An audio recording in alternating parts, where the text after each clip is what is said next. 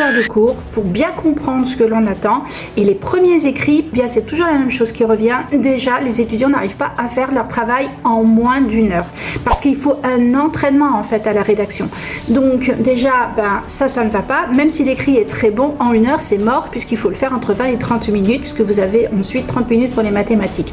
Ensuite, la deuxième erreur qui revient souvent, c'est qu'en fait vous lâchez la structure. C'est-à-dire qu'il y a des choses qui sont quand même attendues, il faut problématiser, il faut 2 parties, il faut une conclusion, il faut pouvoir mettre la projection dans votre métier infirmier à un moment donné. Eh bien, il y a des tas de choses comme ça qui ne fonctionnent pas. Vous avez une grande partie, une toute petite partie. Dans l'introduction, vous n'annoncez pas votre plan, il n'y a pas de problématisation. Bref, du coup, vous allez perdre des points inutilement. Donc ça, il faut absolument que ce soit rectifié. Ensuite, la troisième erreur que je vois souvent, c'est quand on écrit vite, c'est les fautes d'orthographe et les fautes de syntaxe. Vous n'avez pas le temps de vous relire. Et là aussi, eh bien, on voit bien que vous lâchez.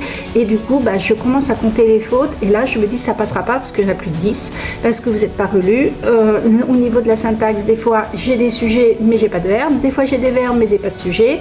Bref, vous voyez que la qualité rédactionnelle, elle aura beaucoup d'importance. Et quand on est sous pression avec un temps imparti, eh bien si on ne s'entraîne pas suffisamment, eh bien parfois on n'est pas satisfait de sa copie. J'ai des étudiants qui sortent de master, il n'y a pas de problème au niveau de la compréhension, de la logique et tout, mais c'est cet entraînement au quotidien qui est compliqué.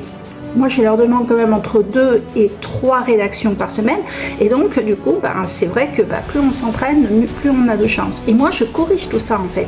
Donc, j'ai des étudiants, je peux leur corriger jusqu'à 20 copies quand elles jouent au jeu, sur des thèmes complètement différents. Le jour où elles viennent à l'épreuve, elles ne sont surprises par rien, puisqu'elles ont travaillé les différents thèmes sanitaires et sociaux. Elles sont en automatisme sur leur structure. Et en plus, elles le font dans les temps impartis, ce qui font qu'elles ont le temps de se relire. Et du coup, ça donne des super notes à la fin.